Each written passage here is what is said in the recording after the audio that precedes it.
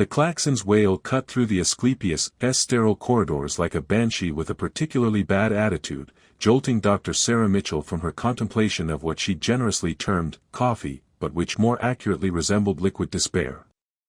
The beverage had been synthesized from recycled atmospheric moisture and protein paste, a combination that made her question humanity's decision to venture into space in the first place. Medical emergency, Bay 7. All available personnel report immediately, crackled through the comm system in the ship's perpetually cheerful AI voice. Hippocrates had been programmed with an unsettling enthusiasm that made even life-threatening situations sound like invitations to a particularly exciting dinner party. Sarah abandoned her tragic breakfast and sprinted down the corridor, her magnetic boots clicking against the metal decking in a rhythm that sounded suspiciously like a funeral march.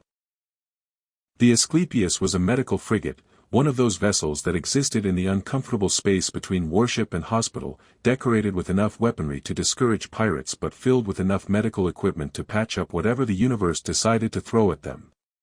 Bay 7's doors hissed open to reveal controlled chaos. The injured crew member lay on the biobed, his uniform torn and blood seeping through a makeshift bandage wrapped around his torso. Sarah recognized him as Petty Officer Rodriguez, one of the engineers who kept the ship's fusion reactors from turning everyone into very disappointed subatomic particles. But what immediately captured her attention wasn't the patient, it was the tall figure bent over him, her elegant hands moving with surgical precision as she manipulated instruments that seemed to pulse with their own inner light. Zara Lynn, the ship's chief medical officer, stood with her back to the door, and Sarah couldn't help but notice how her long, pointed ears twitched slightly as she concentrated, the only visible sign of her alien heritage. "Ah, Dr. Mitchell," Zara Lynn said without turning around, somehow aware of Sarah's presence despite being completely focused on her patient. "Your timing is impeccable. I require someone with your xenobiological expertise." Sarah moved to the opposite side of the biobed, automatically falling into the familiar rhythm of emergency medicine. "What happened to him?" "Plasma conduit explosion in engineering. The unusual part is that he was exposed to Vectari energy residue." Zara Lynn's voice carried that subtle musical quality that all her people possessed, though Sarah had learned not to comment on it after Zara Lynn had informed her with perfect deadpan delivery that humans sounded like melodically challenged grinding machines to her species. "Vectari?" Sarah frowned, pulling up Rodriguez's vital signs on her tablet. The readings were unlike anything in standard medical texts. "But that's impossible. There aren't any Vectari vessels within 3 sectors of here." "Indeed. Yet here we are, dealing with the impossible while Petty Officer Rodriguez slowly becomes something rather different from human." Zara Lynn gestured to a scanner readout that showed Rodriguez's cellular structure fluctuating in patterns that made Sarah's head hurt just looking at them. Sarah activated her own medical scanner, a device that looked like it had been designed by someone who thought traditional medical equipment wasn't nearly complicated enough. The readings confirmed her worst fears. Rodriguez's DNA was being systematically rewritten by alien energy, transforming him into something that would probably void his medical insurance. "We need to stabilize his genetic structure before the transformation becomes irreversible," Sarah said, her mind racing through possible solutions. "But I've never dealt with Vectari contamination before. I don't suppose your people have any experience with this particular flavor of impossibility?" Zara Lynn's ears twitched again. Sarah had learned this was equivalent to a raised eyebrow. "My species has encountered the Vectari precisely once." The meeting was brief, violent, and concluded with both sides agreeing that further contact would be inadvisable for the continued existence of several star systems. "Comforting," Sarah muttered, checking Rodriguez's neural activity. The patterns were shifting, becoming something that resembled a Vectari brainwave signature. "At this rate, he'll be fully converted within the hour." "Which presents us with a fascinating ethical dilemma," Zara Lynn observed, selecting an instrument that looked like a cross between a surgical laser and abstract art. "Do we save Rodriguez as he is, or allow him to become the first human Vectari hybrid? The scientific implications alone are staggering." Sarah shot her a look. I'm going to assume that was your species' version of gallows humor and not a genuine suggestion to let our engineer become an interdimensional energy being for the sake of scientific curiosity. Your assumption is correct, though I admit the research possibilities are tempting. Zaralyn began working on Rodriguez with movements so fluid they seemed almost like a dance. However, I believe Petty Officer Rodriguez would prefer to remain recognizably human when he awakens. Working together, they fell into a rhythm that surprised Sarah with its naturalness. Where she needed to analyze, Zaralyn provided data. Where Zaralyn required precision, Sarah offered steady hands. It was as if they'd been designed to complement each other, their different approaches to medicine creating something greater than the sum of its parts. The procedure required technology from both their species, human adaptability combined with alien precision. Sarah found herself administering treatments she'd only read about in theoretical journals while Zaralyn employed healing techniques that seemed to border on the mystical. Rodriguez's vital signs gradually stabilized, his cellular structure slowly returning to recognizably human parameters. 4 hours later, they stood over their patient as his readings finally showed normal human baselines. Rodriguez would wake up with nothing more than a mild headache and a story that nobody would believe. "Excellent work," Zaralyn said, removing her surgical gloves with movements that somehow made even medical waste disposal look graceful. "I could not have achieved this result alone." Sarah slumped against the biobed, exhaustion hitting her like a particularly vindictive asteroid. The adrenaline was wearing off, replaced by the familiar bone-deep tiredness that came after hours of high-stakes medicine. Her hands were shaking slightly, and she was fairly certain she'd consumed enough caffeine to power a small shuttle. Likewise, she managed, wiping sweat from her forehead. "Though I have to admit, when I signed up for this posting, nobody mentioned that saving lives would involve rewriting the laws of physics on a regular basis." Zaralyn's expression softened, her alien features somehow conveying warmth despite their ethereal quality. "Perhaps we should consider making our partnership more permanent. Your expertise would be invaluable for future cases." Sarah laughed, the sound slightly hysterical from exhaustion and relief. "Yes, dear, whatever you think is best.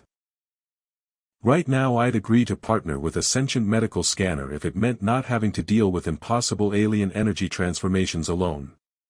The words left her mouth before her tired brain could process them, just another throwaway comment in what had been a very long day.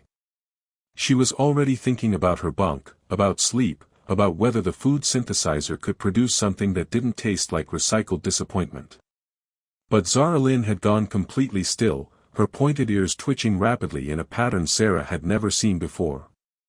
The alien woman's eyes widened, and for a moment, something that looked suspiciously like joy flickered across her features before she composed herself with obvious effort. You accept." Zaralyn's voice carried an odd intensity that cut through Sarah's fatigue. "Accept what?" Sarah blinked, trying to focus through the haze of exhaustion. "Oh, the partnership thing. Sure, why not? We work well together." Zaralyn's smile was radiant, transforming her entire face in a way that made Sarah's heart skip several beats for reasons she couldn't quite identify. "This is unexpected. But wonderful." Something in the alien woman's tone sent a small warning signal through Sarah's tired mind, but before she could pursue it, Hippocrates' cheerful voice filled the medical bay. "Congratulations to both of you on this momentous occasion. I shall begin preparations immediately." "Preparations for what?"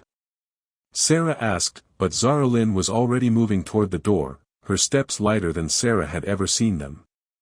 "Rest well, my dear Sarah," Zaralyn said, her musical voice carrying notes Sarah had never heard before. "Tomorrow begins a new chapter for both of us." As the medical bay doors closed behind the alien woman, Sarah was left with the distinct impression that she'd missed something important. Rodriguez's steady breathing and the soft hum of medical equipment provided no answers, and her exhausted mind couldn't quite grasp what had just happened. But that was a problem for tomorrow's Sarah. Tonight Sarah just wanted sleep. Sarah woke to the sound of her door chime playing what she could only describe as a triumphant fanfare. This was unusual for several reasons, not least of which was that her door chime had never possessed the musical range necessary for triumphant fanfares. It typically managed a pathetic electronic wheeze that suggested the ship's AI had given up on proper door etiquette somewhere around the third year of their mission. "Enter," she called, still buried under her regulation blanket that had all the warmth and comfort of a particularly thin sheet of aluminum foil. The door slid open to reveal Ensign Park from communications, carrying what appeared to be a small garden. The flowers, if they could be called flowers, pulsed with soft bioluminescence, their petals shifting through spectrums of color that didn't exist in any Earth-based flora. They hummed quietly, creating harmonies that made Sarah's teeth itch in an oddly pleasant way. "Delivery for Dr. Mitchell," Park announced, grinning like someone who knew a secret and was barely containing their glee. "From the medical bay."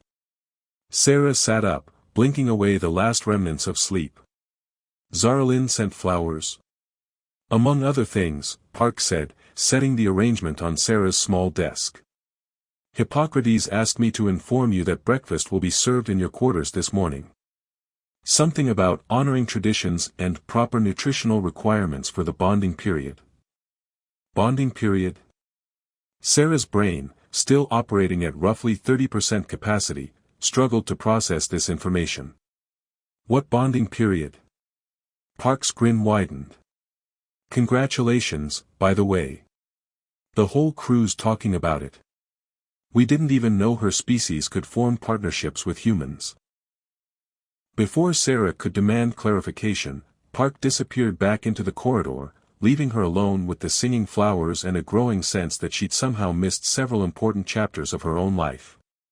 Hippocrates' voice filled her quarters moments later, somehow managing to sound even more insufferably cheerful than usual. "Good morning, Dr. Mitchell. I trust you slept well. Your nutritional requirements have been adjusted based on Zaralyn's recommendations. I believe you'll find today's breakfast selection quite extraordinary." A panel in the wall slid open, revealing not the usual protein paste and synthetic coffee, but what appeared to be an actual meal. The plate contained something that looked suspiciously like real eggs, accompanied by fruit that sparkled with its own inner light and bread that smelled like it had been baked by someone who actually understood the concept of flavor. Sarah approached the food cautiously, as if it might be an elaborate practical joke orchestrated by the universe's sense of humor. She took a tentative bite of the eggs and nearly collapsed. They tasted like eggs were supposed to taste, rich, creamy, perfect. Not like the reconstituted protein substitutes she'd been choking down for months. "Hippocrates," she said around a mouthful of the miraculous breakfast, "where exactly did this food come from?" "Zaralyn provided it from her personal stores. Apparently, proper nutrition during the initial bonding phase is crucial for long-term compatibility. I've also taken the liberty of adjusting your quarters' atmospheric composition to better suit your new circumstances." Sarah paused mid-bite. "My new circumstances?" "Oh yes, the mate bonding ceremony preparations are proceeding wonderfully. The crew has been most enthusiastic about participating in the traditional festivities. I believe Lieutenant Torres has been practicing the ceremonial formations for hours." The fruit she'd been chewing suddenly felt like cardboard. "Mate bonding ceremony? Indeed. It's quite fascinating from an anthropological perspective. Zaralyn's species has such beautiful traditions surrounding permanent partnerships. The cultural exchange opportunities alone are—" "Hippocrates," Sarah interrupted, her voice climbing toward panic. "What exactly did I agree to yesterday?" "Why, a permanent mate bond with Zaralyn, of course. Your acceptance was quite clear." "Yes, dear, whatever you think is best." "Such romantic words. I've made sure to preserve the audio recording for posterity." Sarah set down her fork with the careful precision of someone trying very hard not to throw things at the wall. "I was exhausted. I was barely conscious. I thought she was talking about a medical partnership." "Oh my," Hippocrates said, and somehow managed to sound delighted by this revelation. "How wonderfully complex. A classic case of cross-cultural miscommunication leading to interspecies romance.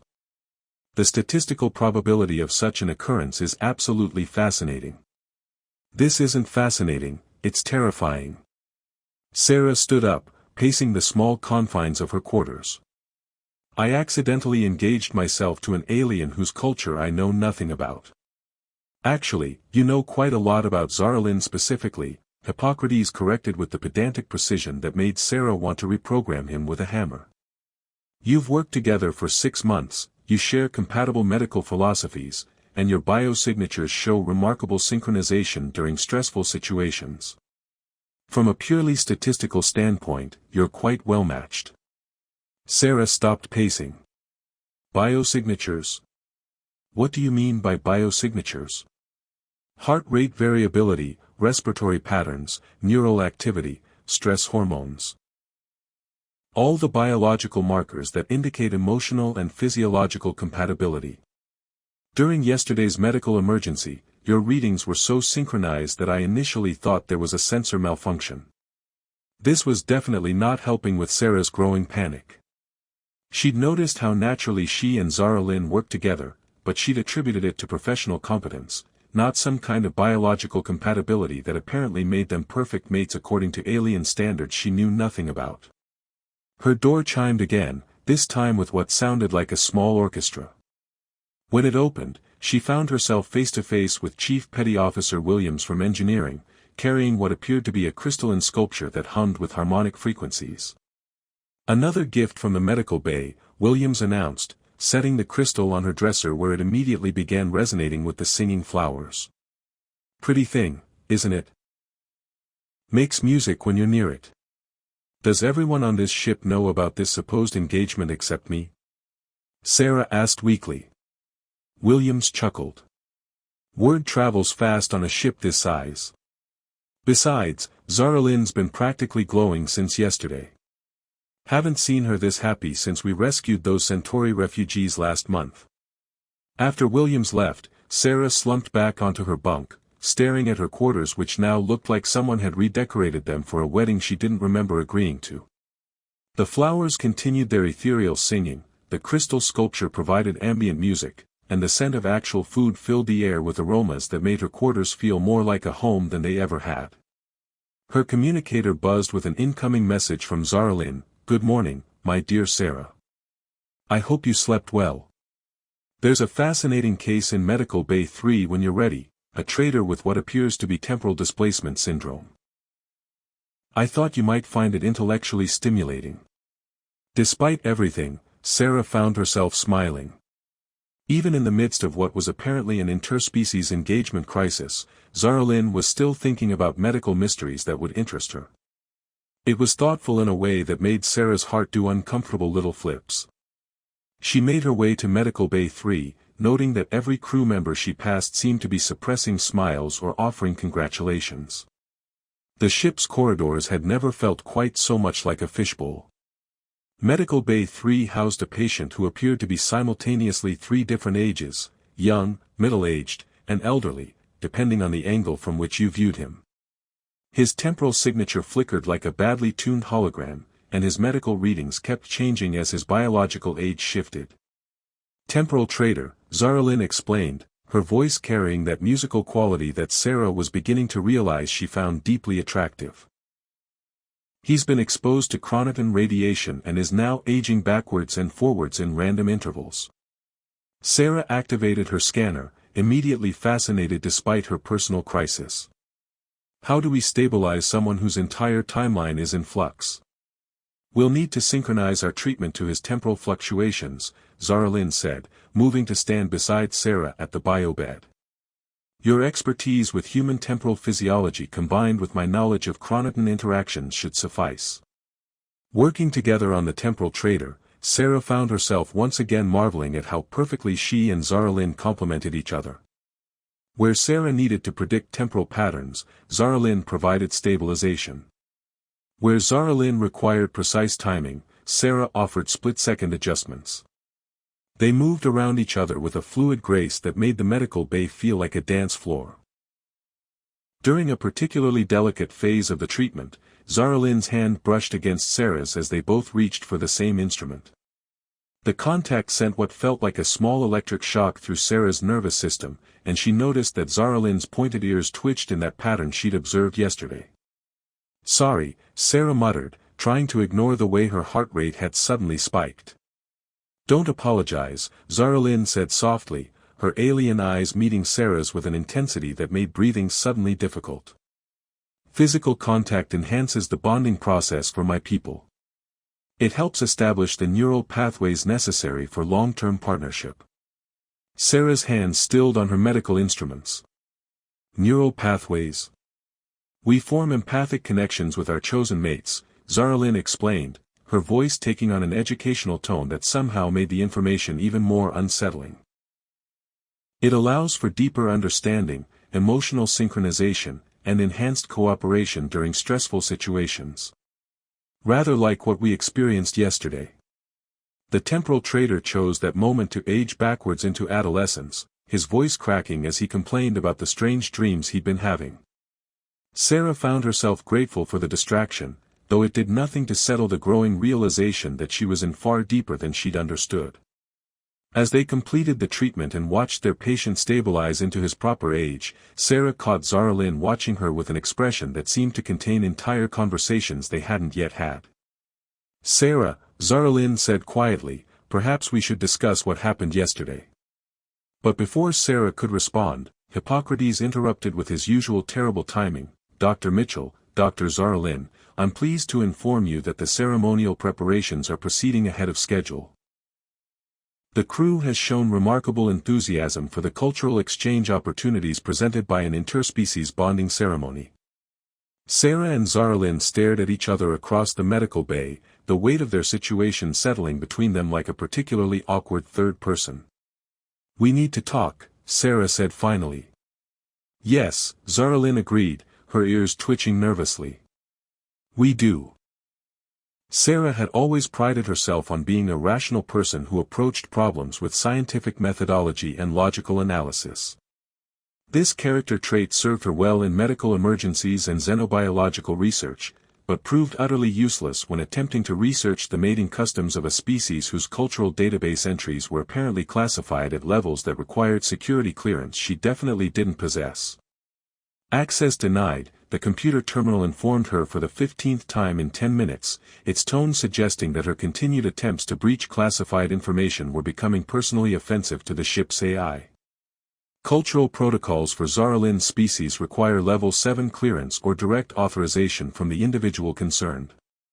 "Hippocrates," Sarah said through gritted teeth, "I'm trying to understand the cultural implications of something I may have accidentally agreed to.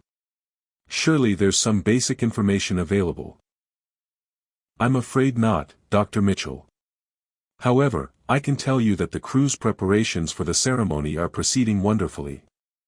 Lieutenant Torres has mastered the traditional formations, and engineering has begun constructing what I believe will be a lovely ceremonial arch from surplus plasma conduits." Sarah put her head in her hands. "They're building ceremonial architecture." "Oh yes, very elaborate. Commander Hayes approved the use of decorative lighting arrays, and I believe Ensign Kim from hydroponics is cultivating ceremonial flowers that only bloom during significant emotional events. The ship hasn't seen this level of excitement since we accidentally discovered that lost colony of mime artists." The memory of the mime colony made Sarah shudder. 3 weeks of crew members randomly becoming trapped in invisible boxes had not been among her favorite experiences aboard the Asclepius.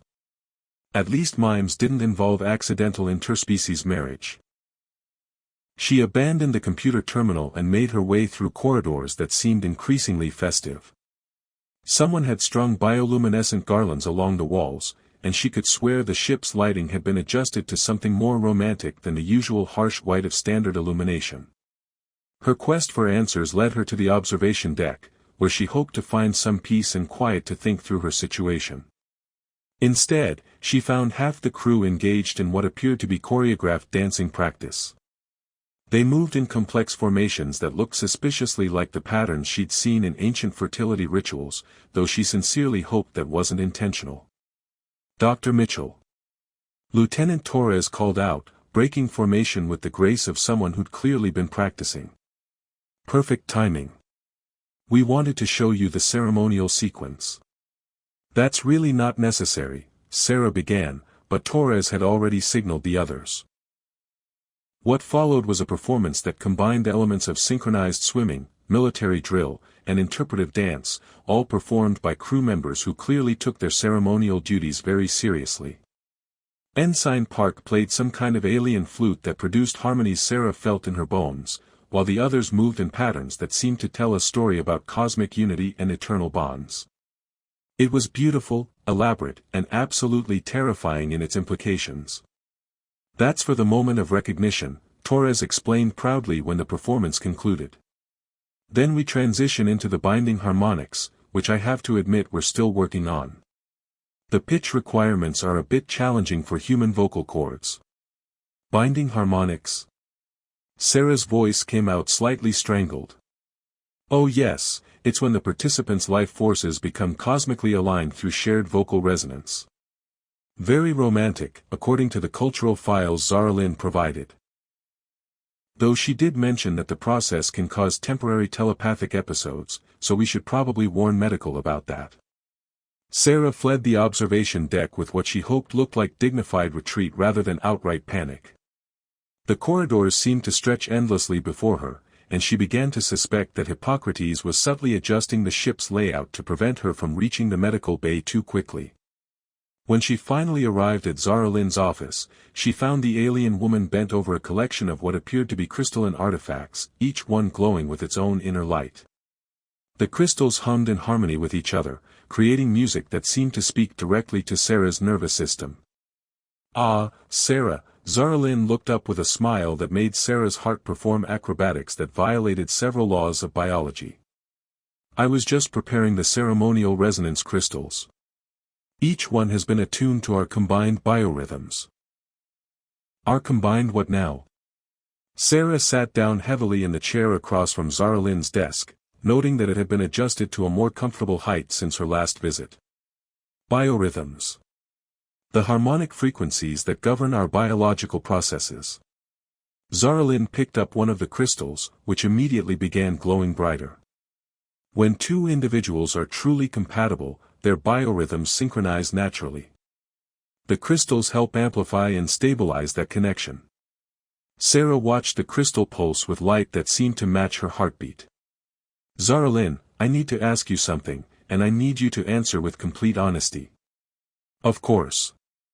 Zara Lynn set down the crystal, giving Sarah her complete attention. When I said, yes, dear, yesterday, what exactly did I agree to? Zara Lynn's pointed ears twitched, and for a moment she looked almost vulnerable. In my culture, when someone responds affirmatively to an offer of permanent partnership using an endearment, it constitutes a formal acceptance of mate bonding. And mate bonding involves a lifelong commitment. Emotional, physical, and spiritual unity. The joining of two beings into a partnership that transcends individual existence. Zara Lynn's voice took on a reverent quality. It's considered the highest form of connection possible between two conscious entities. Sarah felt the blood drain from her face. And you can't just unbond. The process is theoretically reversible, but only if both parties genuinely desire dissolution. However, true mate bonds rarely fail because the selection process is so precise. My people spend years determining compatibility before attempting the bond. Years? Sarah's voice cracked. We've known each other for 6 months. Time is relative, Zara Lynn said gently. Some individuals connect instantly, while others never achieve true compatibility despite decades together. What matters is the depth of understanding, the synchronization of purpose, and the willingness to share one's existence completely with another. Sarah stared at the resonance crystals, which continued to pulse with that hypnotic rhythm. I was exhausted and running on caffeine and adrenaline. I wasn't thinking clearly. Were you not? Zara Lynn tilted her head, studying Sarah with those impossibly beautiful alien eyes. Or were you finally thinking without the barriers that logic and caution normally impose? Before Sarah could respond, her communicator buzzed with an emergency alert. Medical emergency, Cargo Bay 5. All available personnel respond immediately. They arrived at Cargo Bay 5 to find chaos. A shipping container had apparently exploded, releasing some kind of energy field that was causing reality to behave in distinctly non-standard ways. Crew members were floating randomly in the air, objects were aging backwards into their component materials, and Ensign Kim appeared to be having an animated conversation with a crate that was responding in what sounded like ancient Vulgate Latin. Temporal-spatial distortion, Zara Lynn diagnosed immediately. Something in that container was definitely not what the shipping manifest claimed. Sarah activated her scanner, trying to make sense of readings that suggested local spacetime had decided to take a brief vacation from the laws of physics. The energy patterns are completely chaotic. How do we even begin to stabilize this? We'll need to work together to create a harmonic resonance that can counter the distortion field, Zara Lynn said, pulling out equipment that looked like it belonged in a fairy tale rather than a medical kit. But it will require perfect synchronization between us. Sarah looked around the cargo bay, where reality continued to misbehave in increasingly creative ways. Lieutenant Torres was currently existing as both solid matter and pure energy simultaneously, while Commander Hayes was trying to give orders to his past self from 30 seconds ago. How perfect are we talking about? Complete empathic alignment. We'll need to synchronize our thoughts, our intentions, and our life energies. Zara Lynn's ears twitched nervously. Essentially, we'll need to temporarily achieve the state that the mate bonding ceremony makes permanent. Sarah felt the universe's sense of humor settling around her like a particularly vindictive blanket. Of course we will. Working together in the chaotic environment of the distorted cargo bay, Sarah found herself having to trust Zara Lynn completely. When Zara Lynn asked her to channel her energy through crystals that responded to emotional states, Sarah had to let go of her skepticism. When the procedure required her to open her mind to Zara Lynn's thoughts, Sarah had to abandon her carefully maintained psychological boundaries. The moment their minds connected, Sarah gasped. She could feel Zara Lynn's thoughts as if they were her own, sense her emotions as clearly as her own heartbeat. The alien woman's mind was warm, caring, and utterly devoted to their shared purpose of healing others. But beneath that professional dedication, Sarah felt something else, a profound loneliness that matched her own, and a hope so fragile and precious that it made her chest tighten with emotion. "You're alone too," Sarah whispered, still maintaining their psychic connection as they worked to stabilize the spatial distortions. "My people form very few bonds," Zara Lynn replied without speaking, her thoughts flowing directly into Sarah's consciousness. "Most of us live entire lifetimes without finding compatible partners. When I felt our synchronization yesterday, I thought perhaps. But I understand if you cannot accept what I offer." Sarah felt the depth of Zara Lynn's longing, her genuine affection for Sarah as both colleague and potential mate, and her willingness to release Sarah from any obligation if that would make her happy. The emotions were so pure, so utterly without deception or manipulation, that Sarah's own feelings crystallized with startling clarity. She was falling in love with an alien woman whose culture she barely understood, and the terrifying part wasn't the cultural gap, it was how right it felt. As they completed the spatial stabilization and reality grudgingly returned to its normal behavior patterns, Sarah realized that their empathic connection hadn't entirely faded. She could still sense Zara Lynn's presence in the back of her mind, a warm glow of companionship that made the universe feel significantly less lonely. "The connection is permanent now, isn't it?" Sarah asked as they watched the last of the cargo bay's crew members return to normal physics. "Only if you want it to be," Zara Lynn replied, but Sarah could feel the hope underlying her words. Sarah looked around the cargo bay, where their crewmates were checking each other for temporal displacement and reality-related injuries. These people had become her family over the months of their mission, and the thought of sharing that bond with Zara Lynn, of building something deeper than professional partnership or casual friendship, no longer seemed terrifying. It seemed like the most natural thing in the universe. "I think," Sarah said carefully, "we need to discuss what exactly this ceremony involves. Because I'm starting to think I might want to understand what I'm agreeing to this time." Zaralin's smile could have powered the ship's engines for a week. The space station Harmony's edge appeared on the view screen like a crystalline flower blooming in the darkness, its bioluminescent sections pulsing with rhythms that Sarah now recognized as Zaralin's people's form of architectural music. After 3 days of Zaralin patiently explaining the cultural significance of every aspect of their upcoming ceremony, Sarah felt reasonably confident she wouldn't accidentally agree to anything involving ritual sacrifice or permanent exile to another dimension. The Celestial Council is quite excited about the first recorded human-Catharian bonding, Zaralin said, standing beside Sarah in the observation lounge. They've sent their finest cultural anthropologists to document the proceedings. Wonderful, Sarah muttered. Nothing says romantic ceremony like being studied by alien scientists with clipboards. They don't use clipboards, Zaralin replied with that deadpan delivery that Sarah had learned to recognize as her species' version of humor. They use crystalline memory matrices that record thoughts directly. Much more efficient. Sarah groaned. So they'll be recording my thoughts during our wedding? Only the surface emotions. Your deeper thoughts remain private unless you choose to share them. Zaralin's ears twitched in amusement. Though I should warn you that human emotional responses tend to be quite vivid compared to most species. The anthropologists may find your mental patterns energetic.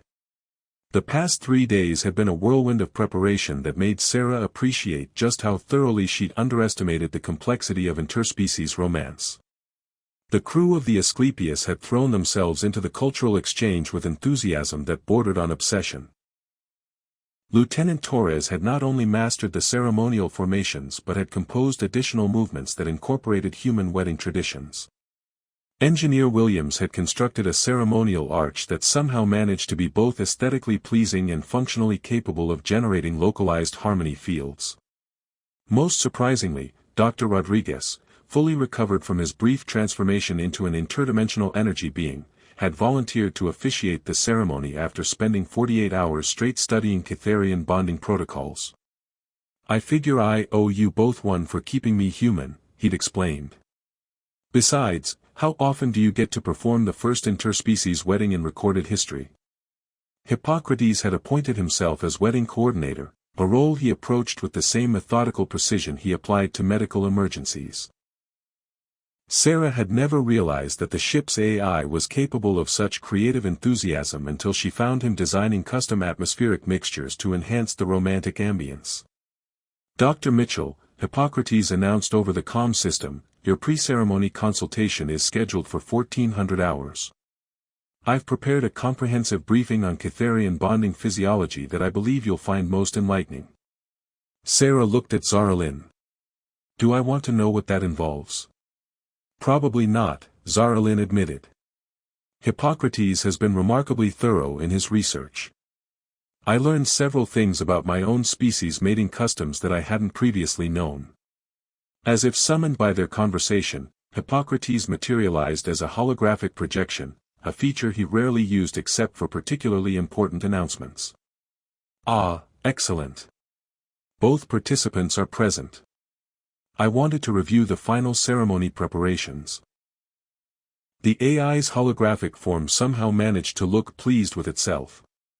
The resonance crystals have been calibrated to your combined biorhythms, the harmonic frequencies have been tested and approved by the Celestial Council, and I've taken the liberty of preparing a small reception featuring cuisine from both your cultures. Both cultures? Sarah asked. What exactly constitutes human ceremonial food? After extensive research, I determined that pizza and chocolate cake represent the pinnacle of human celebratory cuisine. I've synthesized versions that should be compatible with Catharian digestive systems. Zaralin's expression suggested she was trying very hard not to laugh. That's very thoughtful, Hippocrates. I do try to be thorough. Now, regarding the ceremony itself, I should mention that the Celestial Council has requested permission to broadcast the proceedings to their homeworld. Apparently, interspecies bonding ceremonies are considered high art in Catharian culture. Sarah felt a familiar flutter of panic. Broadcast? How many people are going to be watching us get married? Only approximately 47 million Catharians, plus the academic observers from 6 different species who have requested access for research purposes, Hippocrates replied cheerfully. Oh, and I've received requests from 17 different news networks, but I assumed you prefer privacy. 47 million, Sarah repeated faintly. Zara Lynn took her hand, and Sarah felt that now familiar warmth of their empathic connection.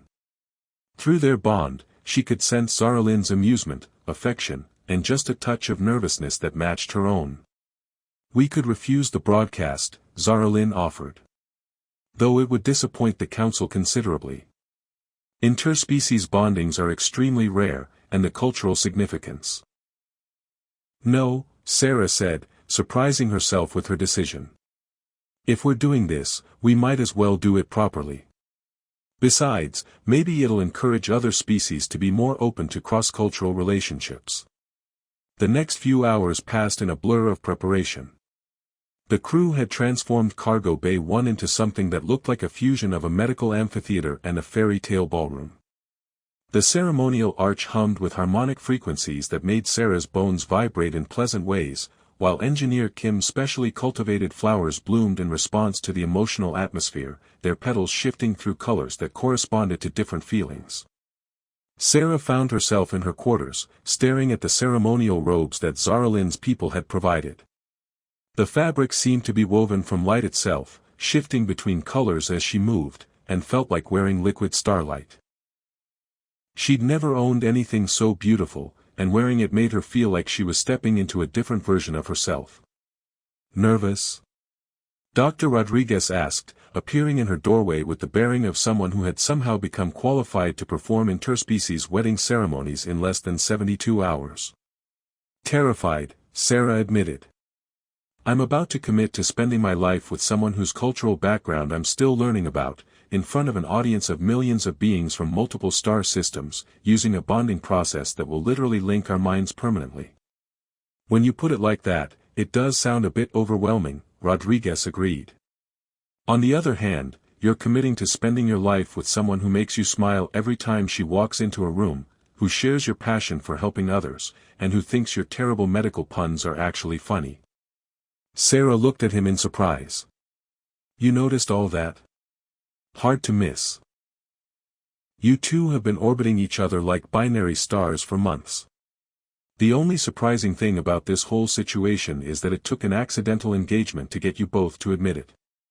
As Sarah made her way to the ceremony, she passed crew members who had become family over their months in space together.